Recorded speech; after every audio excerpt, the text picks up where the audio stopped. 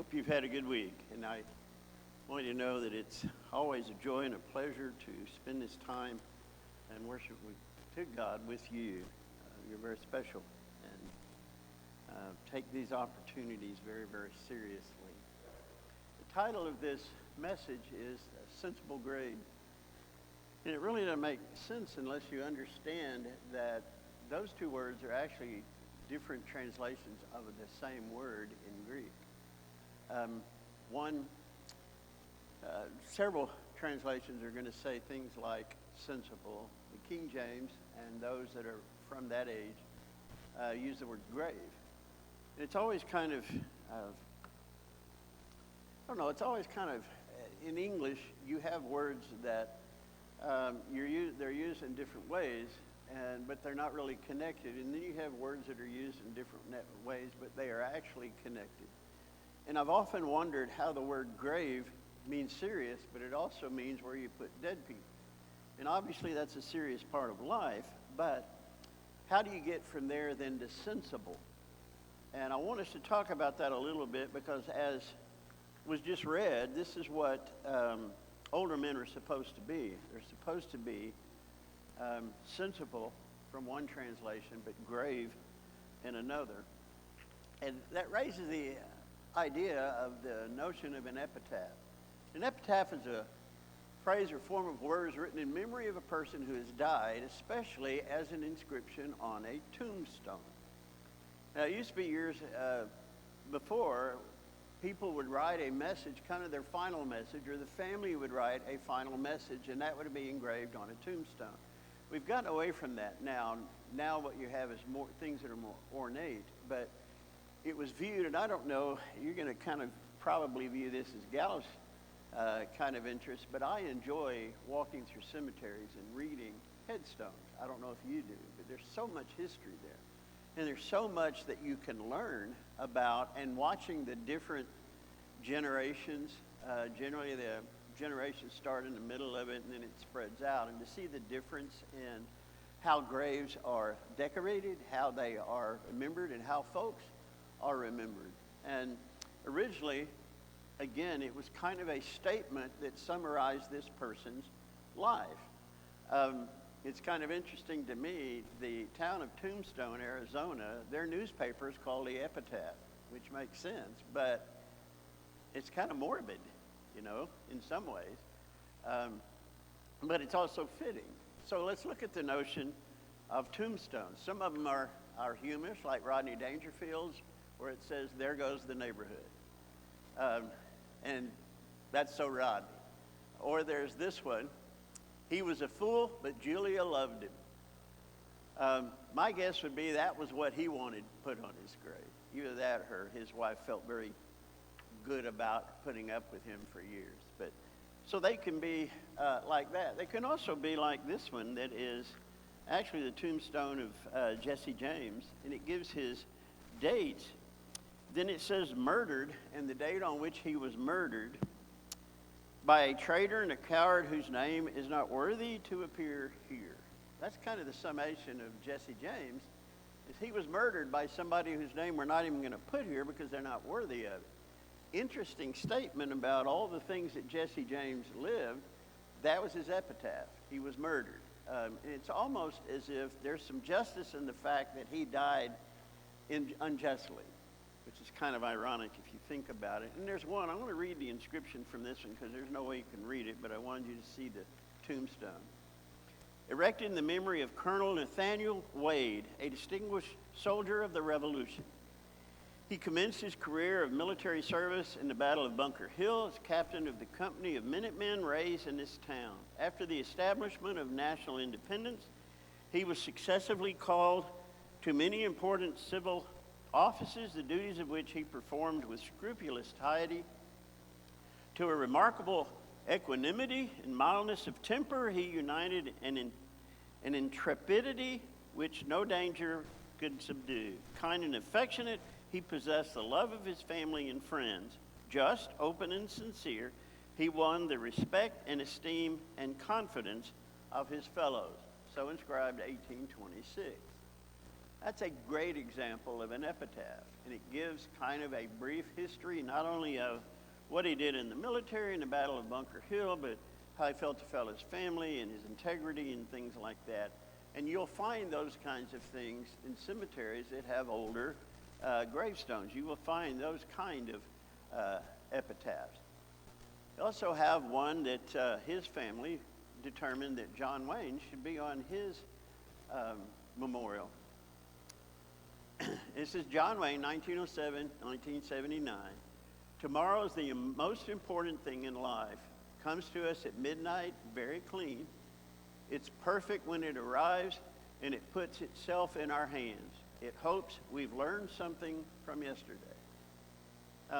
To me, of a man of the accomplishments that he had, that's an interesting, and his family had that. It was actually a statement he gave in an interview, and they believed that represented his life. And which raises the question, if you were to write his epitaph for him, what would it say? What would you write? And I find it very interesting of those who reflect on this person's life, their perspective, and that's his family's perspective. Here's on the tombstone of Benjamin Franklin. It reads, "The body of B. Franklin, printer. Like the cover of an old book, its contents torn out, and script of its lettering gilded, lies here. Food for worms, but the work shall not be lost, for it will, as he believed, appear once more in a new and more elegant edition, corrected and improved by the author." To those who would say that our forefathers were not necessarily religious men, that's the statement of his. Written as a printer of, "I have worn out, I'm given it all, I'm torn, I'm tattered, but there's going to be a new edition of me," as written by the author, capital A, himself. I think that's a tremendous epitaph, surprising to me. So it raises the question, what would your epitaph say? What would you like to be on your grave marker? What would you like your family to say about you? How would you like it engraved? And like I say, in modern, we don't do epitaphs as much as we used to, but I want you to be thinking about that, because this comes down to this notion of, I want older men to be grave. I want them to be sincere. I want them to be, is the words that we will look at. In other words, this is the epitaph that older men should have. Now, as was read, let's review that. Titus 2, verse 1 through 2. "But as for you, speak the things which are fitting for sound doctrine. Older men are to be temperate, dignified," and there's the word sensible or grave in the King James. "Sound in faith, in love, in perseverance." So the etymology of the word grave is translated into King James, and this is a fitting translation because the word really means epitaph. The word that is talked about, sensible, really means a grave marking kind of a thing. So the word that's translated literally means a tomb or a monument. And attached to that word in Greek is the idea of what you put on the tomb or monument. In other words, what's the memory? So these are grave thoughts. These are sensible thoughts in the sense of what's real. One of the things that men of God do is they speak with grave language. I don't mean death, I mean serious. But guys, as we looked at the Sunday nights of last month, talking about reaching out to our neighbors or being the people who our neighbors ask us, why is it that you have the hope that you do? And acknowledging the difference or demonstrating ourselves as different, part of that are these words that Paul has talked about, being dignified, being temperate, and we've talked about those, or being sensible or grave. And the idea of that is you talk about the most important things in life. And as we talked about on Sunday nights, what is the most important thing? And that's where the question came from. If you were to die tonight, or if the Lord came today, do you know for certain, nothing doubting, that you would go to heaven? That's a grave thought. That's a grave thought because it's life and death. It's serious. It's sensible. It's real. It gets to the fundamental foundation of why we're here, what we're supposed to be doing, and where do we go from here. And honestly, folks, we don't tend to talk that way. I remember my dad, when we would have a Thanksgiving or whatever, and we're all around the table and we're feasting and we're getting ready to watch football, he would always introduce a grave thought or a grave question. I don't mean death, I mean serious, but it is life and death. And he would raise a question or start a discussion, and I remember as a teenager, it was, can't we just eat? Let it go, old man. But he was trying to teach us to be sensible. He was trying to teach us to be real, to be grave. And don't live your lives in such a way that you ignore the most important thing, the most fundamental thing. And guys, the most fundamental of the fundamental are those life and death discussions. And so at times like that, he might talk about, all right, got y'all here together, we've all had our turkey or whatever, I want to talk to you about my wishes when I die. Great, Dad, way to bring a Paul over the dinner, you know. What, you got it scheduled? What are you trying to announce? You got cancer? What is it? He was being serious. Now, I wasn't. He knew that. We weren't generally. And you know what was interesting, and I began to notice even as a teenager in my family, when Dad would introduce gravity, seriousness, we would introduce humor. We would avoid the discussion. We would make light of what is grave and serious. And guys, he was being a patriarch. He was doing what God called him to do with his family, and we didn't receive it with the gravity that God would have had us receive it. What the word means of what God is telling older men to be is a monument, a tombstone. That's literally the word. To be an epitaph, not when you die, but an epitaph every day that you live. So what should be written on your tombstone should be exactly what you're living every day. Subsequently, what you're living every day ought to be your epitaph because it's the summation of who you are.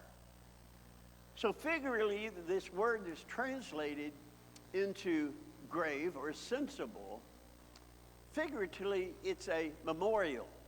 It means to remember. It's the record of a dead person.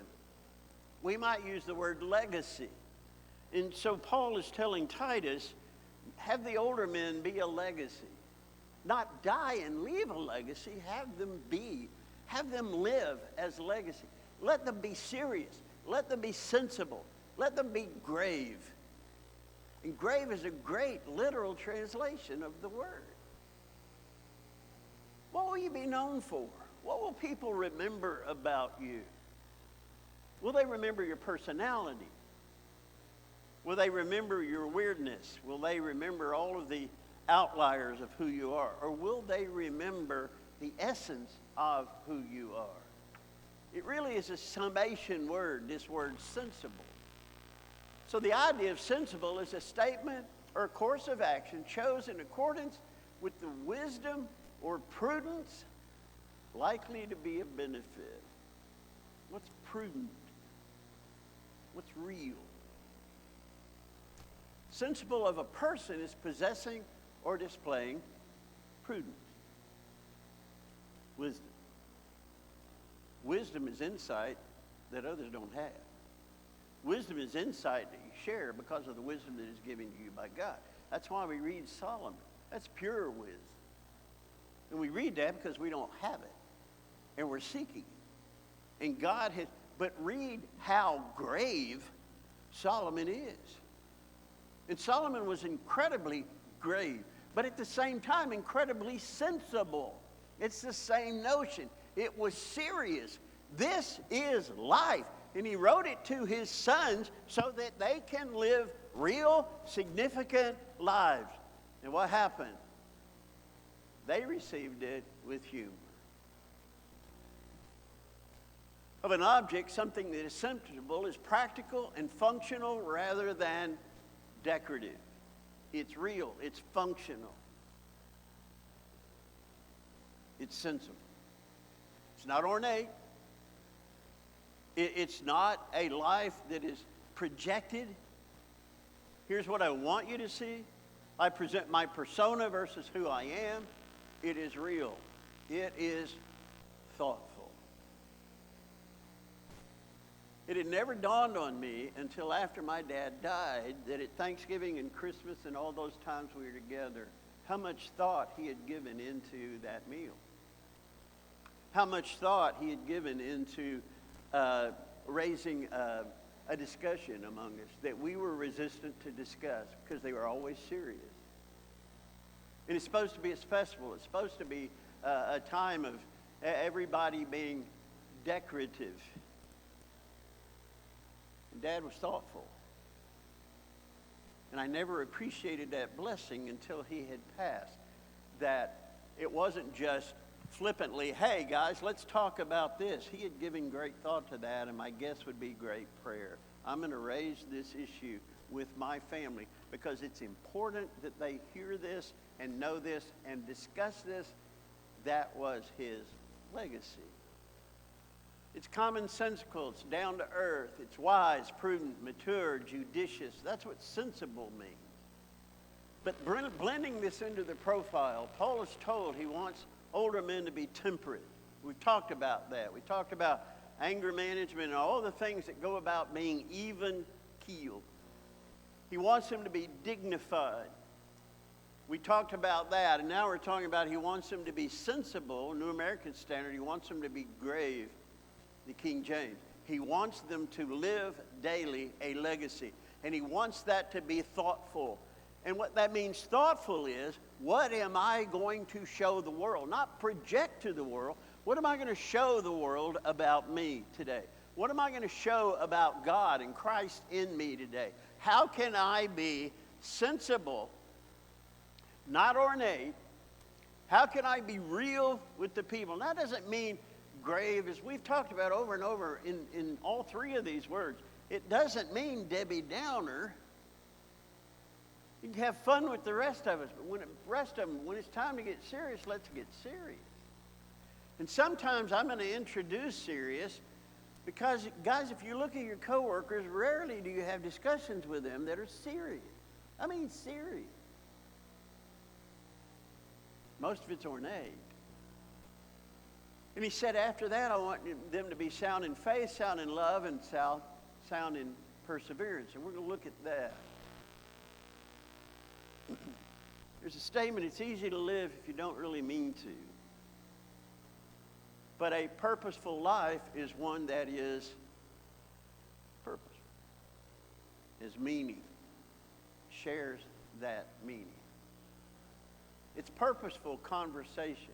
It transcends the ephemeral, all the lighthearted stuff, and all of what's going on in the news, and what's going on with the sports, and what's going on with the stock market, and all of those things which are ephemeral and don't matter to a hill of beans. Because 100 years from now, 99% of what culture talks about is going to be meaningless.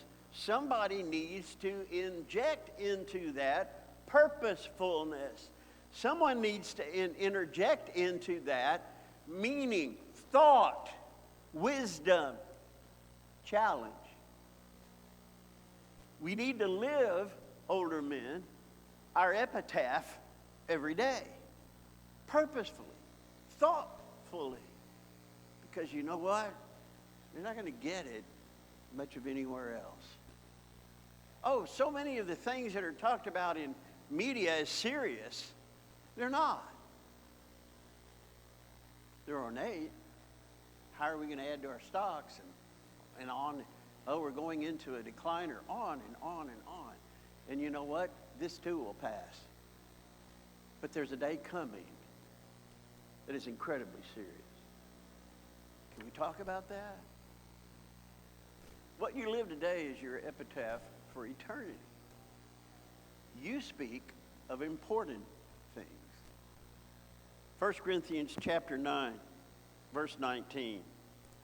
For though I am free from all men, I have made myself a slave to all, that I might win the more.